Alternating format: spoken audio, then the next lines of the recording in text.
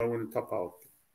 Salamu alaikum, hormatly vatandaşlar. Şu gün 29 iyul yılın 2022 ýyly hepdeniň hem 5-nji güni, Juma akşamy, andy güni. Şu günde hemmämiz görüşdik.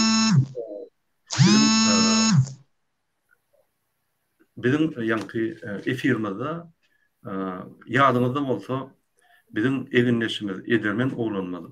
Muratgerli Döwletow ardan çykdy. 7 gün mundan. 7 gün mundan ol jaýlandy. Şu günem ine Russiýada şonuň 7-sini berdiler. 3-üsini we 7-sini bile berdiler. Sebäbi şol ara ýanky azajyk problemalar düşdi bolyn. Şol iki merkezden bir günde berdiler şunu.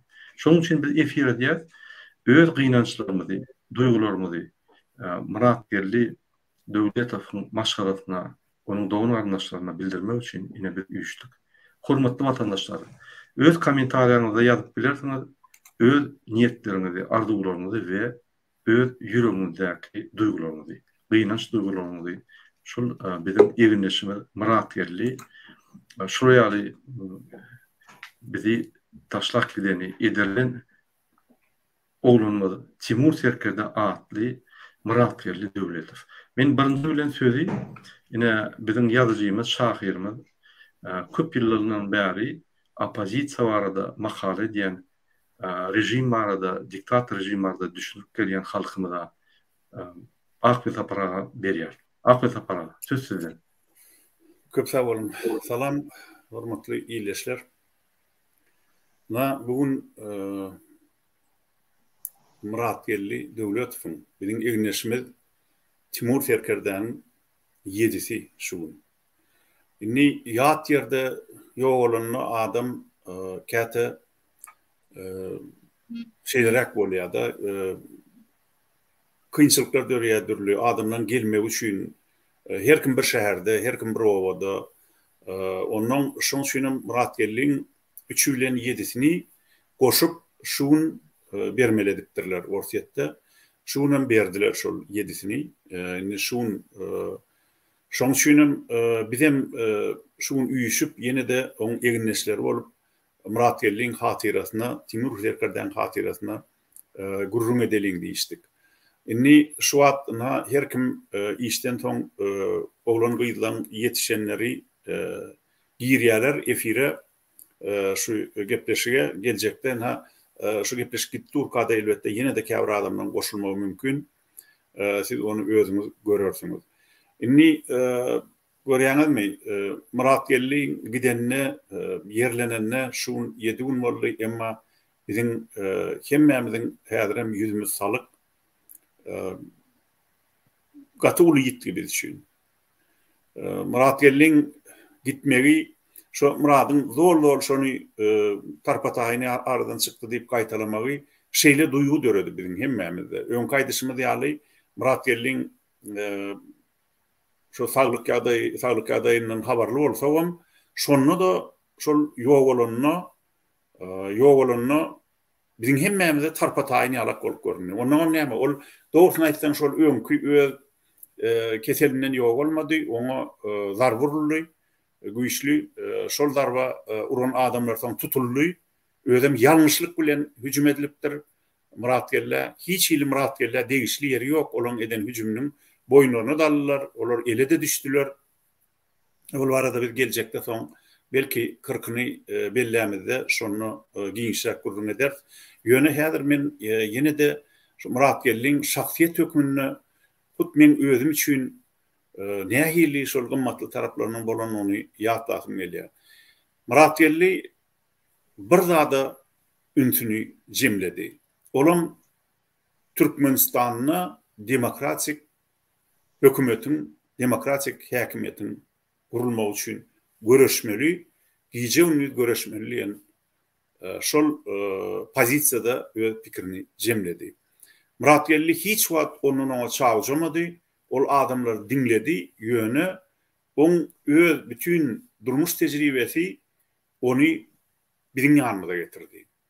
Bu zatlar ýönelikden bolanok adamlar adam ýöne aýmen bu taýda köpçülik bunu taýlaýyn ýa bu taýda azçylyk o azçylyk taýlaýyn ya ina bu taýda bir kisan belli adam ma onu saýlaýyn saýlayan bolsa onu ol adamyň durmuş tejribesi yetýän däldir. Hakyky ýol saýlamaga. Hakyky ýol saýlajak adamda ilki bilen özüni durmuş tejribesi bolmaly. Eger durmuş tejribesi yetmeýän bolsa, onu türkmende bir üşük diýip bir zat bar. Üşük diýerler-de.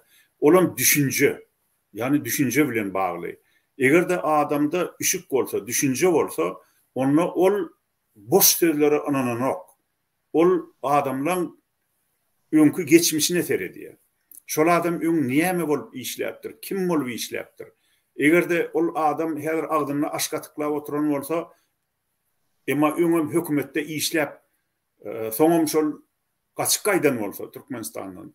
Mysal üçin aýdaly, diňe wezipeden kowlandan soň özüni oppozisioner diýip elan eden bolsa ya hökümetiň garşysyna diňe şondan soň çykyş edip başlan bolsa, şol adamlara inanyp bolmajagyny adam bilmeli. Iň bolmanda şo bilimi şonu görkezmeli. Ya bolmasa şol öz maşgaladan alan terbiyesi şonu görkezmeli. Gara dogry adamlar her zat diýseňem dogry ýoly tapmagy başarmaly. Sebebi eger de sen diňe şol diline dünýäni düzede oturan ya agyny aşgatyklap oturan adamlaryň agyna ankarjak bolsaň, onu bu dünýäde her buruşda bir adam saýrap otuyor.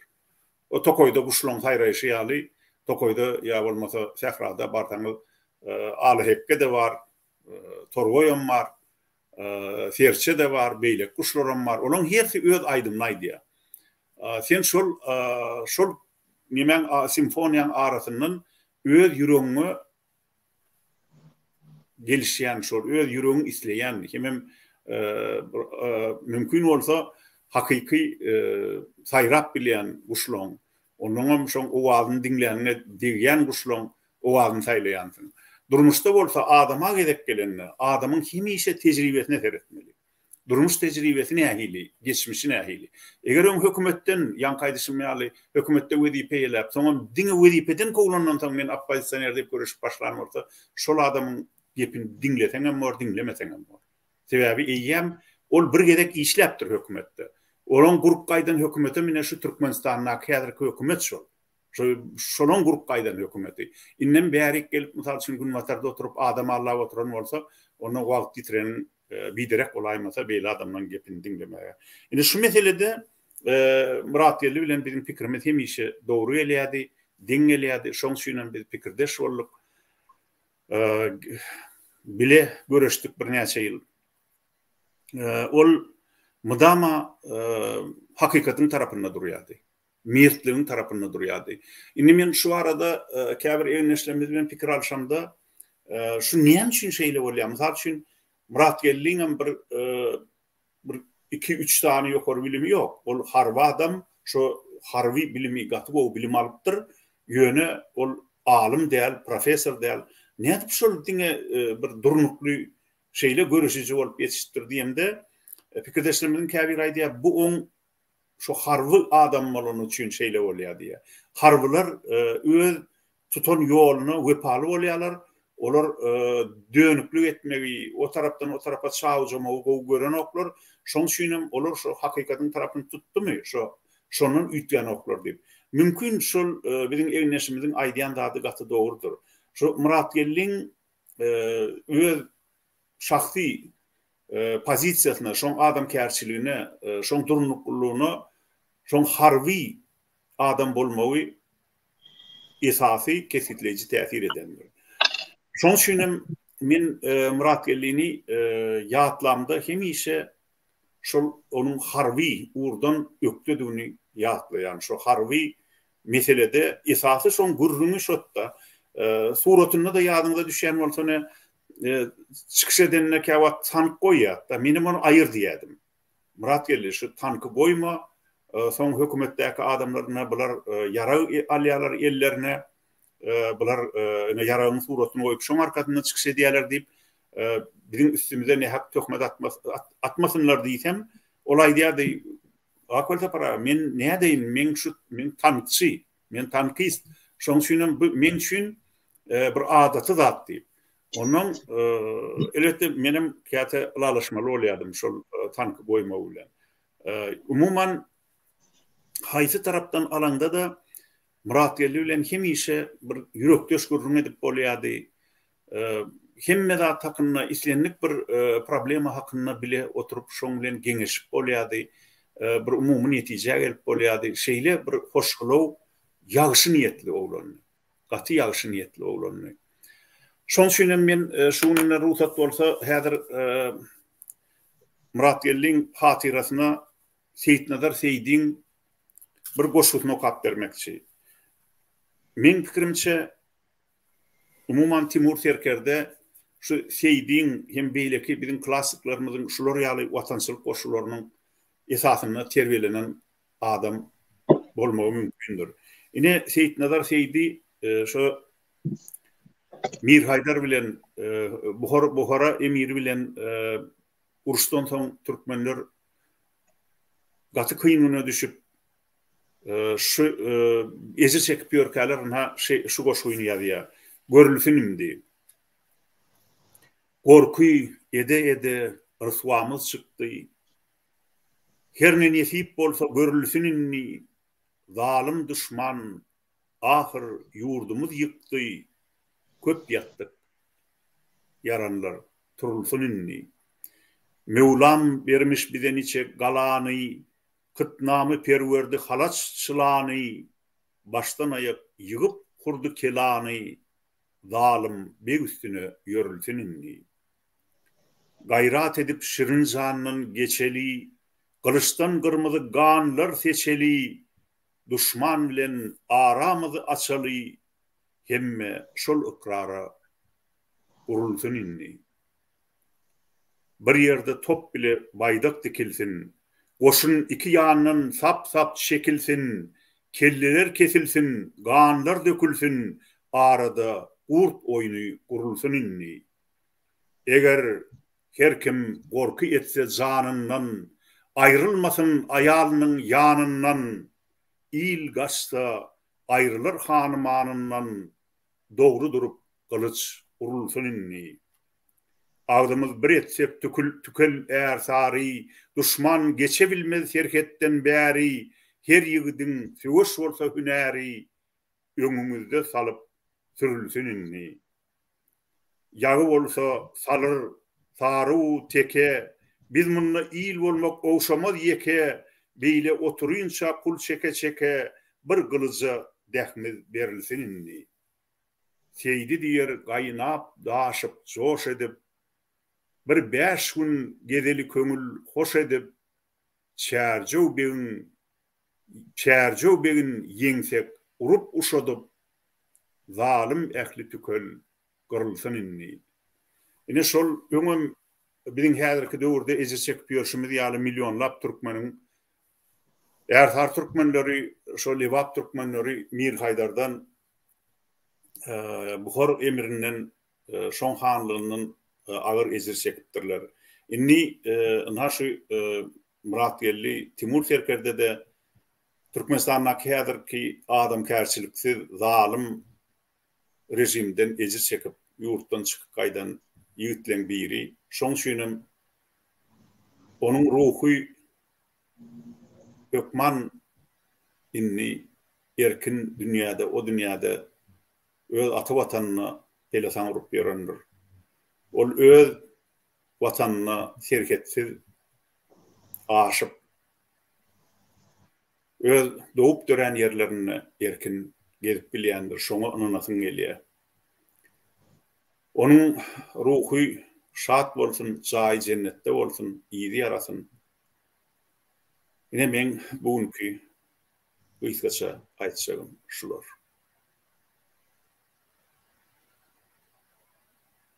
Murat sesin gelen ok. Amin. Amin. Hurmatly vatandaşlar, şu gün biziň gepleşigimizde Enejan, Nurçan, Farhat we Liberty goşuldy. Biziň bilen gepleşik geçirýär. Men sözü inni Enejany bereýin. Enejan, hoş geldiniz bizim kanalımıza. Sizem Timur Serkelerini bilýärdiňiz. üçüden Timur Serker'den çıkışlarını var yadıma. Yine şoň hem 3'ü hem 7'si görgüli nezde yankı iyi vakt gitti.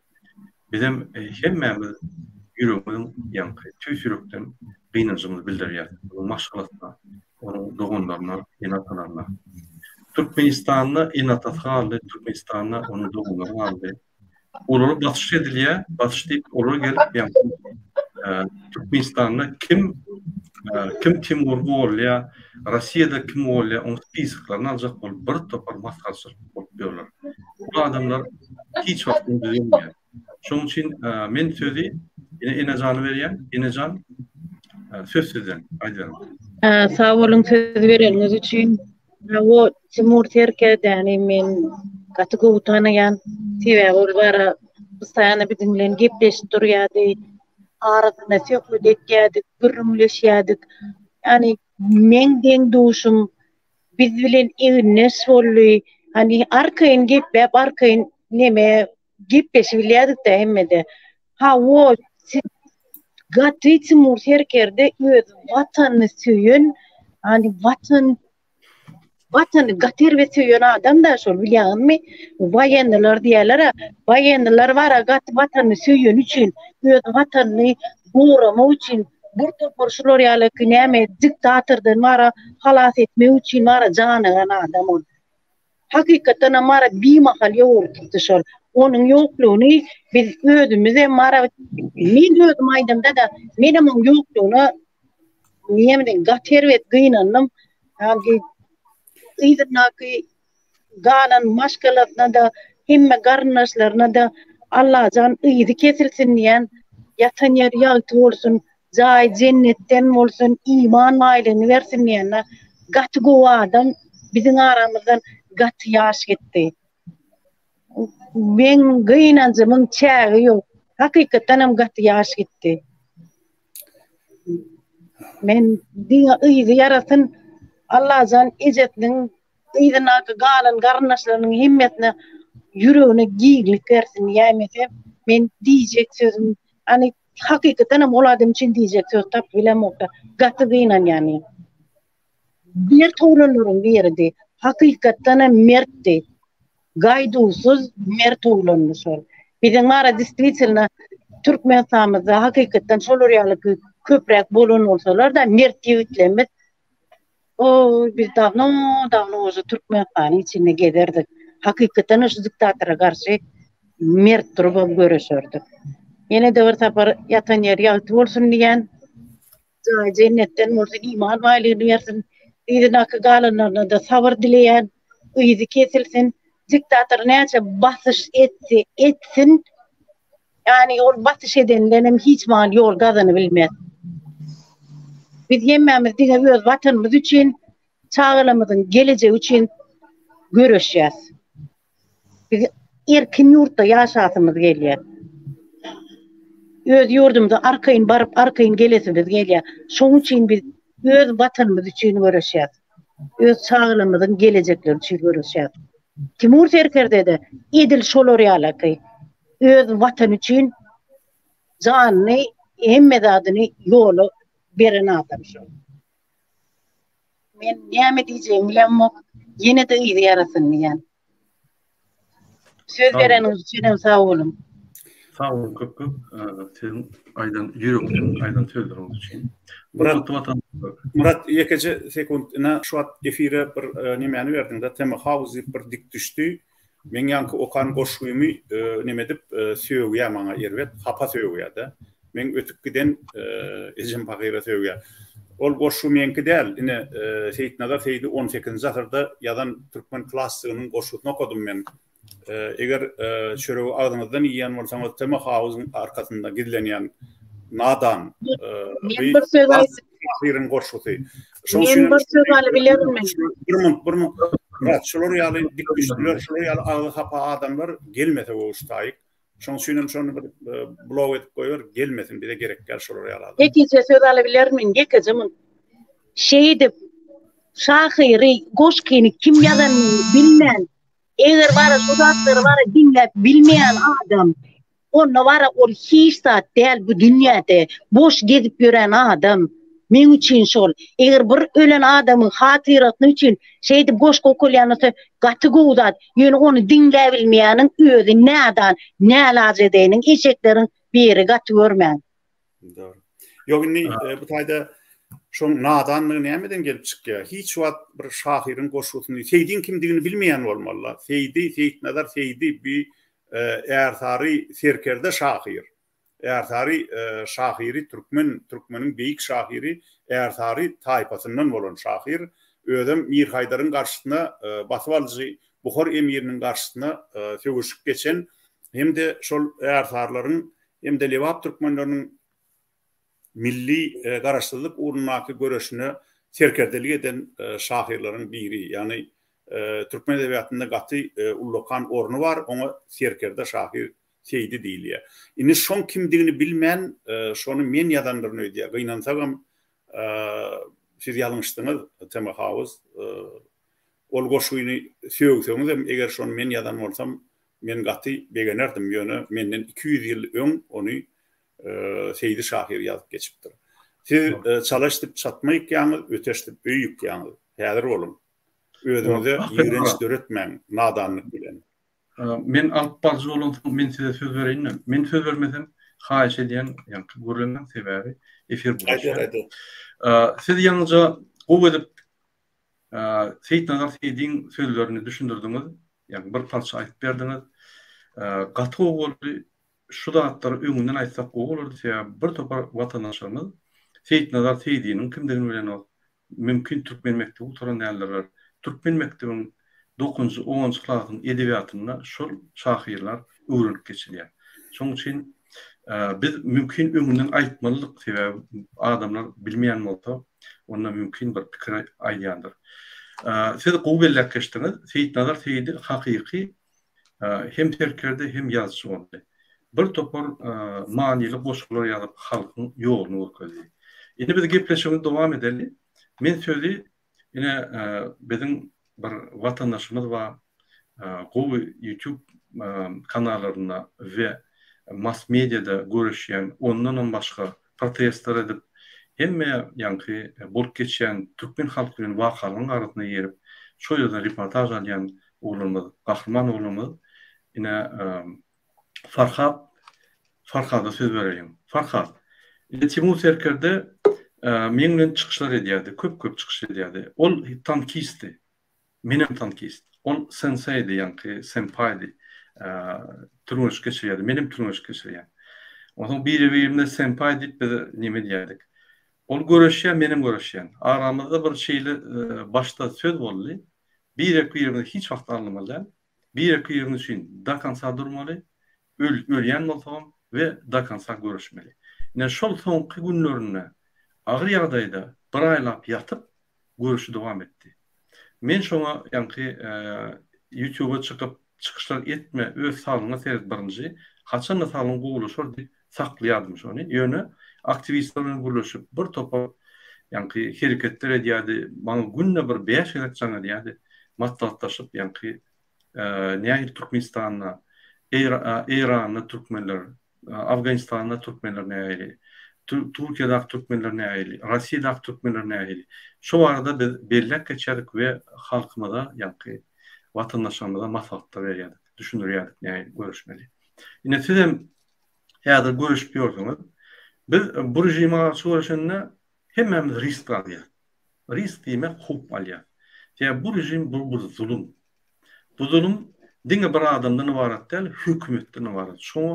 Şu zulüme öz ýanky watanyny, öz wyjdany satan adamlarym işleýär. Onun içinde hemmeler ministrama, kabinet ministrama, polislarama, MHM zombilerama hemmesi var.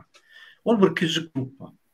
Şu kiçik gruppa bizim vatandaşlarymyza garşy görüşüp, bizim halkymyza garşy görüşüp, bütün halkymyzy ýani agyr ýagdaýa saldy. Indi men size söz berýän, siz görüşüp ýörsiňiz. Käbir ýerde siz bizden köp iş edýäňiz, Farhad, köp taňaýarsyn. Size de köp hop düşýär. Ýani Türkiýede gelip ýörsiňiz. O ýerde hoply däl, bütün dünýäde hoply däl. Aktivist bolsaň, opozisioner bolsaň, elbetde. Ýöne Türkiýede ýanky kanunda gowy işlenmän soň o ýerde özüň gorunmagy kyn bolýar. Sizden sorum var. Şu Timur Serker'de boyunca öz pikirini aytıp berseňiz we öz hukmuňyz barada näme şu meseleleri çöýdýäňiz? Näme siz beýlikler ýaly şu hukukda bolan çykyşlar edip ýa-ni görüşýäňiz? Şu barada bir iki söz aýtsaňyz. Sag bolun. Birinciden şu gepleşige gatnaşanlara hemmäňize salamu aleykum. İkinciden burada söz vereniz için sağ olun. Ve bize seyreden vatandaşlarımız hemmäňize de salamu aleykum, akşamınız hayırlı olsun. Burada gatı doğru bellek geçtiniz. Şu ayda Timur Serker'de hakkında aytsak, Timur Serker'de hakikaten hem görüştü. Şu sonku canına çemli, sonku demine çemli. Edi şu bizim Türkmen ata-babalarımız sonku demine çemli kılıcını gemirip, şu gan döküşmeli olsa da döküşüp, şu kılıç bilen bile nemedilen ata-babalarımız mertlerden olandan son, şu bizim Murat geldi ağamızam Edil Şonkiyalı öz mertliğini görkez gitti. Sonuna çenli. Birinciden ona yatan eri altı olsun, cahil cennetten olsun, izinde kalanlara Allah can savur versin diyeyiz. Ve neymendi alaç yok, manglayına yazılanı, yaşı ömrü gıyskayken, yani şu gıyskı ömründe de Türkmen halkına, Türkmenistan vatanımıza bir maniyli bir zatlar boyup gitti diysek bol ya. Indi berde, misal için Türkiye'de say sebepler bilen, hastalıklar bilen yok olanlarım var. Yani şolara seredende Timur Serker'de uje 4-5 stüpenka yok orada duruyor. Sebebi onu tutuş Türkmen halkı yatlı. Yani diyecek olyanım şahs olup gitti diysek yanlış olmaya Timur Serker'de. Neme de olsa şu çıkış edip görüşüp öz nemesini vatana, şu diktatörlere karşılığını, şu halkı azatlığa çıkarmak için Türkmen halkının kösenýänini, şu zatları yüreğindekileri aydıp gelecekte bir neylik hareketler bolacağını hem köp zatlara aydıp gitti. Yani Allah yaşını risk ediptir. Cahil cennetten olsun diyeyiz. Ve indi şu Türkiye'de doğru bellek geçtiniz kanunlar bu işlerden sonra biraz hareket etmek kıyın. Yani ben Türkiye'de hareket ediyen birinciden doğru yolda olsan näme diýär? Men bir prezidente sonra beripdiler, sen telefon etilim yok. Nädip gezýän diýse, men telefon etilim yok orada diýipdir da. Şonkiýaly Allah'a şükür birinciden bizim yok orada bir telefon etilimiz var. Şo seredip dur özü, gorawçymyz. Şol manglaýyna yazmasa, şol doğru getirmese beýle ol yok oradaky telefon etilim yaradan insanları bular bir ikinciden bizim şu näle diýsem bu vatandaşlarımız hak yolunda yörenimiz için dua dilekler ediyorlar. Bizimle bir topar enelerimiz, gelinecelerimiz, dayzalarımız bir topar dua dilekler ediyorlar. Şu dua dileklerin neticesinde de biz şu günlere yetiyoruz.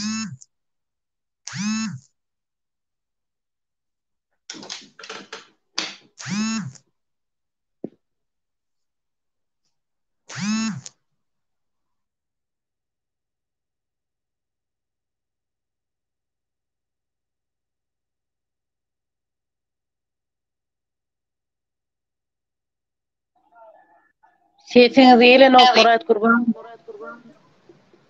Başlan. Sağ olun Farhat. Şu hürmetli vatandaşlarım. Heptäniň anyny güni 29 iyul 2022 ýylym biz şu gün Timur Serker'de ya da Murat yerli döwlet 3 ve 7'si geçti ine şunu başlap biz efir edýär şu efirde her vatandaşymyz öz pikirlerini, öz duygularyny beýan etmek üçin biz ýylandyk. Endi men sözü bizim aktivistimiz Amerika'da yaşayan Nurçan'a vereyim. Nurçan, söz sizden. Salam vatandaşlar. Türklerin bir yani mezarlıktan geçerken bir ulokan bir yazgısı vardır. Her bir canlı ölüm dağıtacaktır diye. Bizim Timur Serker'demiz ölüm dağıttı tabii ki. Yöne onun bir ulu avraylı gitmesi bizi katı yani hem kıyınlandırdı hem beğendirdi. Sebebi bir ulu miras taşlap gitti bize. Yani ona kıyınancımızın çağı yok. O Türkmenistan'ın azatlığı için, erkinliği için, geleceği için, bizim çağlarımızın geleceği için böyle bir diktatorsk rejim bilen en sonki demine çendi söwüşdi. Bize bir görüldi boldu. Gatı gynanyaz. Yani o gynancı bilemiz yok. Haçın biz onu üstümüzden atıp bileriz. Ken nemedi ben bilemok. Maşgalasına, dost yarlarına yani ömür versin. Sabır versin. Sağ olun. Köp taňar ýalkasyn aýdan sözüňiz üçin, ýüregiňiz bilen aýdan sözüňiz üçin köp taňar ýalkasyn. Men sözi inni biziň aktivistimiz, administratorymyz Liberty berýän. Liberty söz sözden. Biz eşdiýäňmi Liberty? Ova, salamu aleyküm vatandaşlar, salamu aleyküm. Timur Serker'de gatı gowy adamdy, merde adamdy, biziň hakyky serkerdämizdi. Biz sondan göreldi alyp, köp işlerde sondan göreldi alyp hereket edýärdik. Biziň üçin Timur Serker'den şu wagt ýoklugy gaty bir agyr, gaty bir ýitki. Yani biz şu wagt köp adamlar bizden çekinýär, bizden gatça bolyn.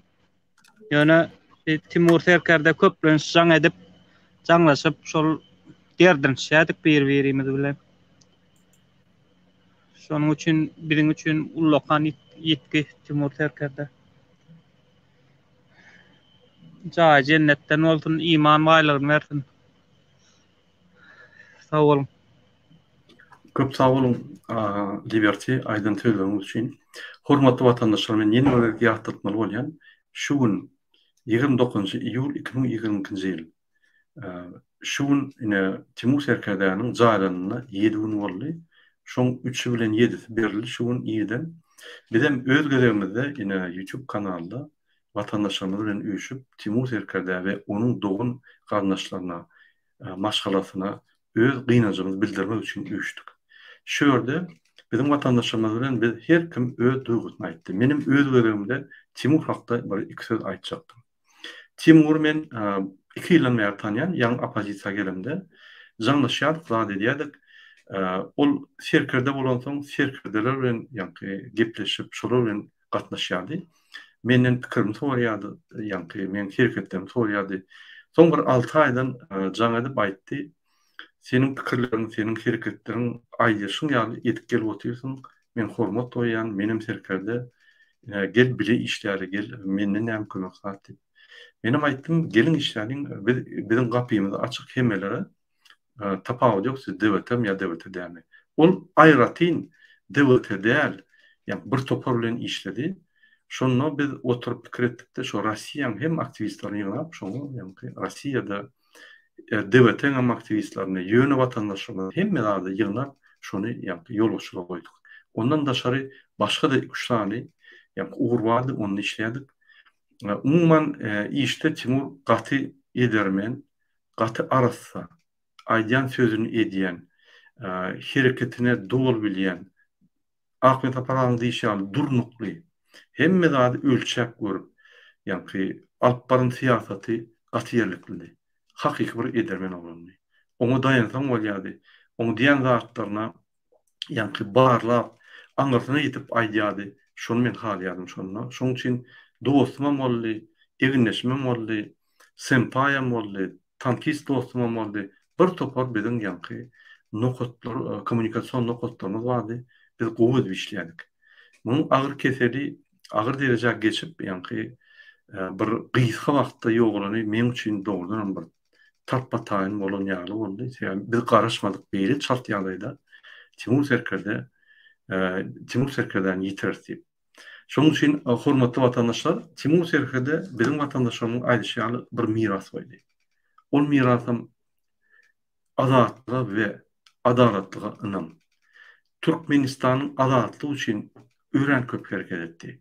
Bir topar opozisiýonýarlar birleşdirijek bolup, bir topar duguşluklar geçirip, bir topar adamlara düşündürüşler geçip, çıkışlar edip, öz pikirini, öz ýa-ni dünýä garaşyny ýaýratdy. Ine siz bir gerek görün bolsaňyz men Döwlet Baýkanynyň kanalyna çykyş etdim. Şonu Döwlet Baýkany ýanyma getirip biz bir ýa-ni efir etdik. Efirde de Zoom etdik. Şo ýerde biz gürleşdik. Şo ýerde Timur diýdi, men Döwlet Baýkany kellämi oýan ine şeýle diýip gürlüň etdik. Menim şoň kanalyna gidip ýa-ni bir topar soralarym bar diýdi. Ýa-ni patişkin soralarym bar diýip aýtdy. Menim kanalyna gidip çykyş etdim. Elbette bir topar adam gowy görendir ony, bir topar adam gowy görendir ony ýöne. Men Döwlet Baýkanyň kanalyna çykyş edende onuň üçin däl, şoň arkasynda duran bizim watandaşlaryň forum bar bolsa çykyş etdim. Şondan soň köp zat geçdi. Döwlet Baýkanam bizimle işlemedi, başga tarapy gitdi. Oň zelelýok. Ýöne Timur'un alyp barýan işi hiç kime ýa-ni ihtiýarly öz alyp barýardy. Men bilen çekileşikli gülüşýärdik. Bir-birimize hormat koyup gülüşýärdik. Bir-birimize hormat koyup ýa-ni çekileşikli, beýatleşikli bir topar ideýa pikirleri ýa-ni ötürýärdik. Şo tarapdan edermen hakyky biz Türkmenistana bar ikimiz barjak golluk gytka wagtda şoňa men daýyp bilýän bir oglanymdy. Hakyky bir edermen Apasanyan birdi. Başka da edermen Apasanyan var elbette. Opozisiýanyň içinde ýöne Urur ýaly bir, Timur ýaly bir serkerde gowy durnukly dünýä garaşly bir adam gidenne opozisiýa üçin bir ulytdy. Şoň üçin şonu belläp geçip boldum. Indi men söýdüm, ýene bir gerek Ahmet Aparaga bereň, Ahmet Aparaga. Ine bizim oglanlarymyz ene birinji ýitki diýsem bolýar, şol opozisiýa görüşünde şu ýaly ýitki bolup başlady. Mümkin ýene de bolar. Bizim edýän ýolumyz, bizim ýörýän ýolumyz gaty hukukly ýol. Azatlyk almak üçin şunu 100 ýyldan gowrak türkmen azatlygyny alyp bilmedi. Mümkin ondan köpdür. Indi biz şunu durup azatlyk aljak bolýar. Ondan da kimden bir zulüm, bir diktatorlardan 30 ýyldan beri halkymyzy edip gelýän adamlardan azatlygyny aljak bolýar. Halkymyzyň hemmetini azatlyk aljak bolýar. Sizin pikirinizçe ine şu ýaly şu görüşde ölüp giden adam bizim tarihimizi giyip bilermi? Bizim opozisiýon görüşümizin yani tarihinde şu azatlyk ýoluny bir edermen ýigitler bolup giyip bilerlermi şolar ya da şunu bizim halkymyz bellemen geçermi? Sağ ol Murat, ýene bir ýerde söz berdiň üçin elbette Azat Türkmenistan döwletlerini, demokratik Türkmenistan gurulmagyny ýokman şol demokratik Türkmenistanyň gurulmagy üçin jan çeken, şoň üçin janyny pida eden adamlar, ömrüni şoňa baş eden adamlar ýokman ýatlanır. Eger şol ýatlanylmasa, ondan şo demokratik Türkmenistan ýene de diktatura barar.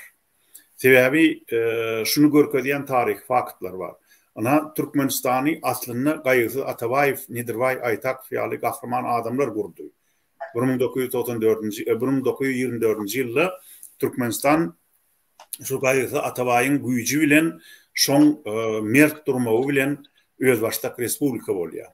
Ýogsam egerde şu Gaýgy Atabaýew däl misal üçin aýdaly Gurbanuly Berdimuhammedow ýani ýaly adam oturan bolsa Türkmeniň başynda, onu Türkmenler el Garagalpakistan ýaly bir awtonom respublika ediljek eken. Onu ol Gazagystanyň düzümine beriljek eken, ýa Orsetniň düzümine beriljek eken belli däl, ýa Özbekistanyň düzümine beriljek. Garal şol öz başyna respublika boljak eken. Emma şol Gaýgy Atabaýew hem oň wepaly eginneşik Nedirway Aýtakow şolar hem şolun töweregindäki düşünjeli adamlar 1924-nji ýylda Türkmenistanyň özbaşdak respublika bolmagyny gazanýarlar. Emma nähil boldy? 1991-nji ýylda SSR ýykylandan soň Gaýgy Atabaýewiň ýadygarlygyny has köp her bir şäherde gurmagyň deregine Saparmat Niýazow şonu ýykdyrdy. Badabat SSR ýykylan wadyna Gaýgy Atabaýewiň ýadygarlygyny ýykdyryp, Nedirway Aýtakowyň ýadygarlygyny ýykdyryp, şol özü hamana Türkmen döwletini birinji bolup guran adam hökmüni Türkmeniň tarihine girmäge dyrjashdy. Netijesi näme boldy? Netijesi diktatura boldy. Sebebi egerde sen tarihi galplaştyrsaň, onu tarih sen yoğmayan ya. Tarih seni özünden beter sana daraşya. Bir akılların aydan dadı var. Sen niye tarihi tapança bilen atsan diye, pistolet bilen. Tarih sen topokunu tutar diye. Yine şu an şu Türkmenistan'daki diktaturani inni tarih topokunu tutuyor. Hadi mene şu diktatura çımpıtırak olup dargamalı. Dargaram. Şonu gün bir yakınlaşıyor. İnni şeyle yağdayda elbette yadır kuvatta demokratik opozisiyon hatırlarına gelecekte hakiki adaletli, kanunu göre işleyen hakimiyetli, hükümetli Türkmenistan gurulunu Timur Terker'de yali mert yigitlerin elbette qadran biliner, olara hükman yadigarlığım dikiler, oların biyografiyasım tercüme halam öğrenilir. Bir demokratik görüşün tarihim öğrenilir hükman Türkmenistan'da. Eğer şu zatlar öğrenilmese onu yeni de Türkmenistan'da buyur buluşukluk yüze çıkar.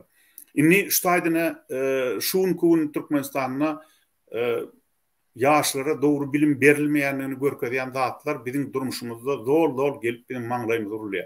Yine şu çıkışta bir Timur Terker'den 7'si bilen 3'sünü bellep gaygılı bir gepleşik Edward Türkagam bir nadan gelip Seyit Nazar Seyit'in koşusunu bilmeyen şu tayda yer bilmeyene bir bilmeyene onun üstesinde de ervet payış stat söğüp onu Seyit Nazar Seyit'in koşusunu okudum deyip mana payış söğüye. Men öten geçenlemme. Şu niye men görkedi ya? Häzirki döwürde diktatura Türkmen ýaşlaryny bisogot koydu. Türkmen ýaşlarynyň ýol ýitirmegine, şolaryň agdynyň hapa bolmagyna sebäp boldy. Sen eger ulalaşmasaňam, sen iň bolmana sorap bilýän şu ýanky goşu kiminki diýip, şonu ya Murat, Gurban, ya bolmasa Enejan, ya men, ya Nurjan, ya da Farhat şoňa jogap berebiljek ahyryn. Emma o soraw beren nokta derrew söýgünje geçýär, paýyş kemsitmelere geçýär. Şu aýda çärjew begi diýilýän Murat, ine men şonu bir iki aýdasym gelýärdi. Çärjew begi diýilýän onuň çärjewi de, onuň şu çärjewde ýaşaýan türkmenlere de, özbeklere de, beýleklere de degişli ýok, degişli ýeri ýok. Çärjew begi, ol Bukhara emiriniň çärjewde oturdan namestnik, vekili. Yani vekiller, namestnik, ol hojaýyn. Şu taýda ol türkmenleri, özbekleri, beýlekli, ownuk tire taýpalaryň adamlaryny her günne gamçyladyp, urdurup, zynnan atdyryp, olary bergili çykaryp, şolardan salgyt ýygnap, oňam ýarsyny öz jürsüne urup ýören bir parahor adam, şoň şünem Seyit Nazar Seyidi şonu tanqytlaýar, çärjew begdi. Onu siz bir tarihi bilmeseňiz elbette İngolmanna şoň bilen gyzyklansaňyz ona göz ýetirersiniz.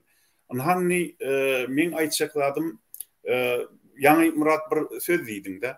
Ana bizim ilkinji çeken ýetgimiz diýdiň. Egerde Türkmen demokratik opozisiýasynyň geçen ýoluny Kavitden öňkü hem Kavitden soňky döwre bölsem, onu Timur Terker'de bizim häzir ilkinji çeken ýetgimiz. Emma demokratik opozisiýanyň gaty uly tarihi, iň uzak tarihi bar. Şu häzirki wagtda demokratik Türkmenistan, täze Türkmenistan üçin görüşip beren adamlaryň hereketleriň arasynda demokratik opozisiýa iň birinji dören opozisiýa. Olam ady berilip halk hereketi. Soň ODOT, ýani Birleşen Türkmen Demokratik Opozisiýasy döredildi Abdukuliýewiň başçylygyny. Biz ilki bilen Abdukuliýewi ýitirdik. Türkmenistanyň ilkinji daşary işler ministri hemde Türkmen opozisiýasyna, demokratik opozisiýasyna 13 ýyllap ýol başçylyk eden öz liderimizi ýitirdik 2007-nji ýylda. Ondan soň biz nemeni ýitirdik? Aýgül Täjiwan ýitirdik. Ondan soň Şahir Saparmurat Öwezerdiýewi ýitirdik. Ondan soň Şiraly Şahir ýitirdik. Demokratik opozisiýany gollap gelen uzak wagtyň dowamında. Biziň gitgilerimiz eýem doğrusyny aýtsam ummadan aşdy. Şoň üçin gelin gadyrly watandaşlar, inni şu gitgiler çekilmez ýaly. Ýat ýurtlarda türkmenler ölüp, ýat ýurtlarda olan mazary aglap galmaz ýaly. Tiýdirek Türkmenistanyny, hemme Türkmenistanlylar üçin umumy bir adalatly döwlet uralýyn. Hemde Türkmenistanyny hemme zadyň kanuny göre ýöremegini gazanalýyn.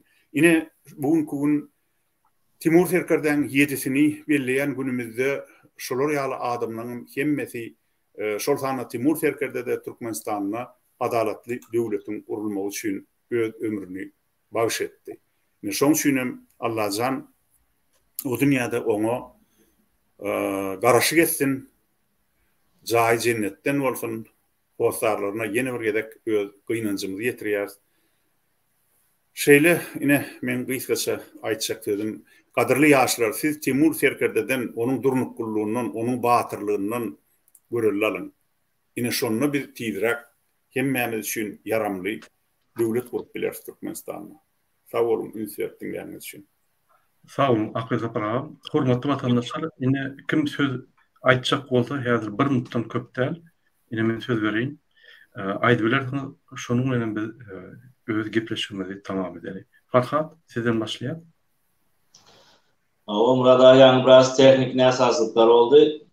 Şol sebeple yani biraz efirimiz bozuldu. Yani diyecek Hanım, Timur Serker'de hatta otursan katıken zada etmeli. Şimdi bundan sonra edecek dileğimiz cennetten olsun, Allah can iman bayılığını ve izindakları da savur versin. Ve şu tayda Akbelsa Parağa bir zat bellek geçti Gaygısı Satabayev hakkında. Yani Gaygısı Satabayev hakikaten 1924 yılda Türkmenistan Respublika statüsünü alıp veren adam.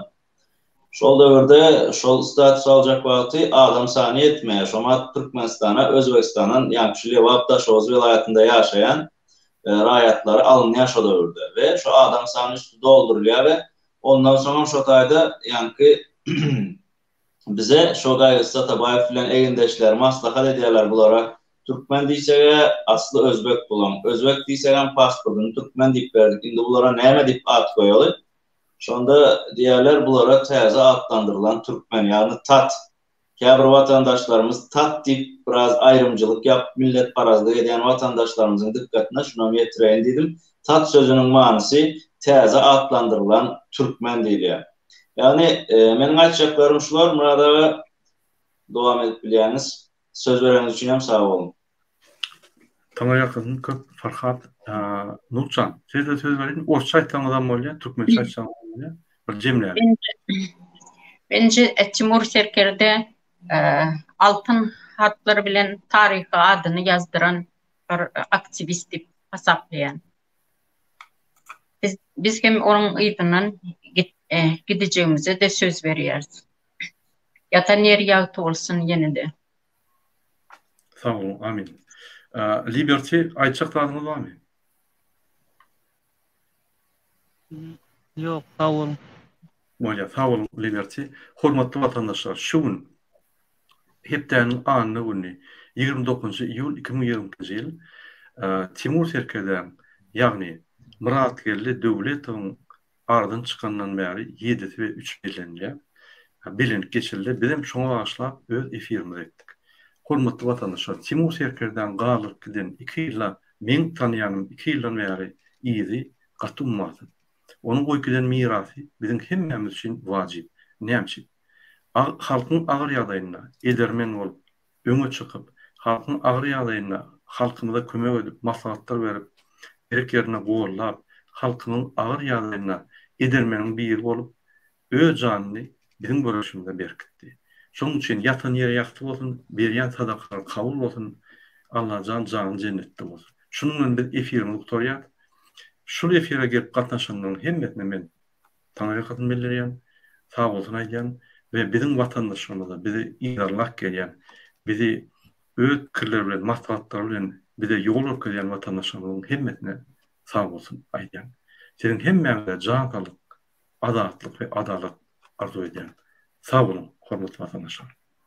Sağ olun. Hoş sağ olun.